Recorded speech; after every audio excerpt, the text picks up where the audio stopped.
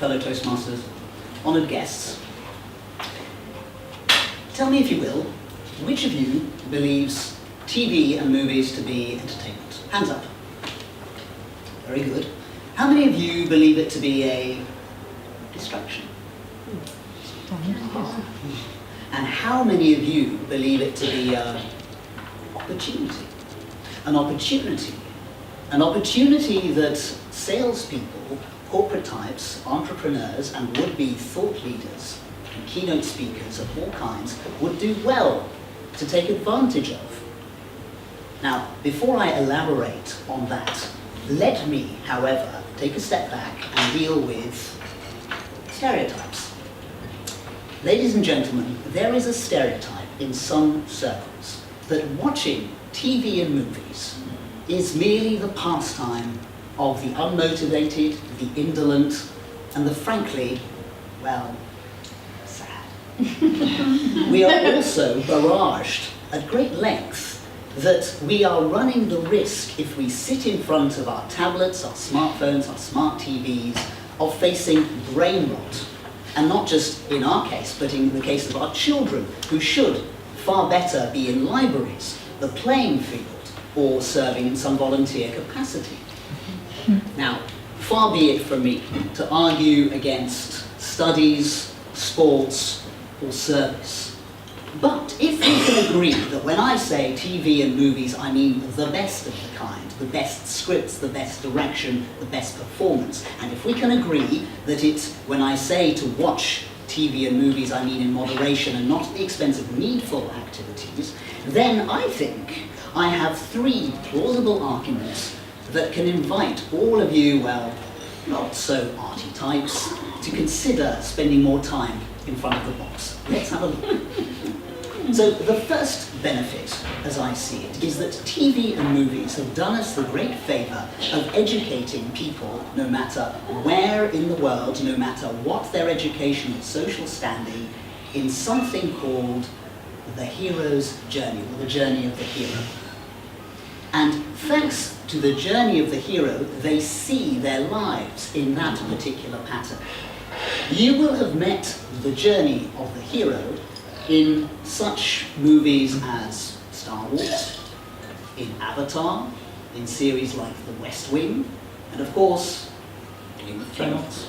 And for all the people who are motivated to engage with others in an attractive and spellbinding way, and because, of course, the story format, which is probably the oldest of its kind, talks about rising above and overcoming adversity and coming back, having pushed their limits and transcended challenges, then anybody who's dealing in sales or is mobilizing a team or is presenting products to somebody willing to put cash on the table is very well advised to study and learn the format. The more time you spend learning the story sequence, the better capable you are of crafting a more impactful, meaningful, and potentially profitable experience for your customers and stakeholders.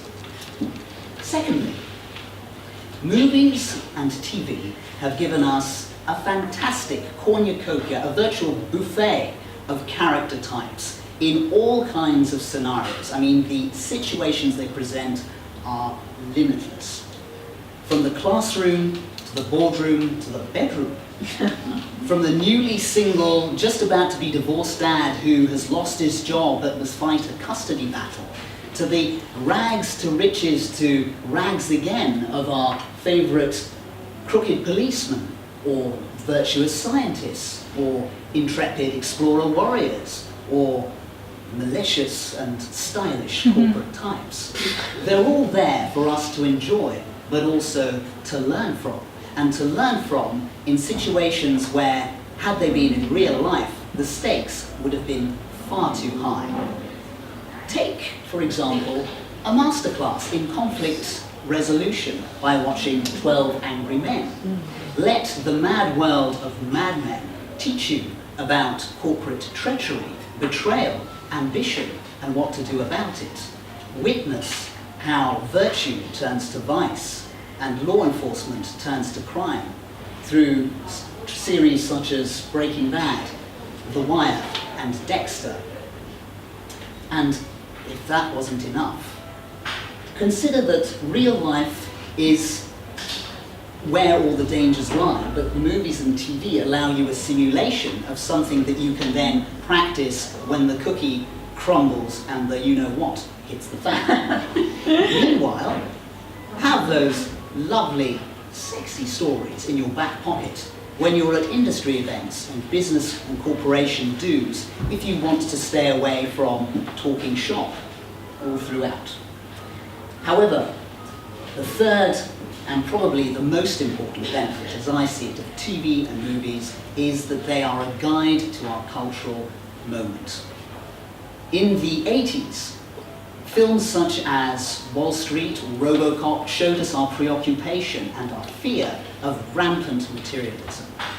In the 90s, series like Friends and Seinfeld talked about our social and romantic expectations, and The X-Files spoke about our paranoia with the paranormal or our fear of being controlled by the government. Whereas today, we have series like The Handmaid's Tale and The Lord of the High Castle, which talk about a dark future, which, if we are honest, is a preoccupation more and more these days. But remember also that space fantasies are not always about the future, and period series are not always about the past. Things like Downton Abbey or Star Trek talk about, with a convenient distance that allows us to observe and immerse ourselves, ongoing issues such as the cost or the price of technology and the ongoing challenges of social class. Finally, knowing that TVs and movies are well debated across things like Facebook and other social media platforms, as well as, of course, harshly debated at the office kitchenette, we know that tracking such beautiful art forms is also a way of monitoring and sometimes preempting pain points and global trends, not to mention understanding the needs of evolving markets. Before big data, there was and always will be the bigger picture. Bravo. Madam President.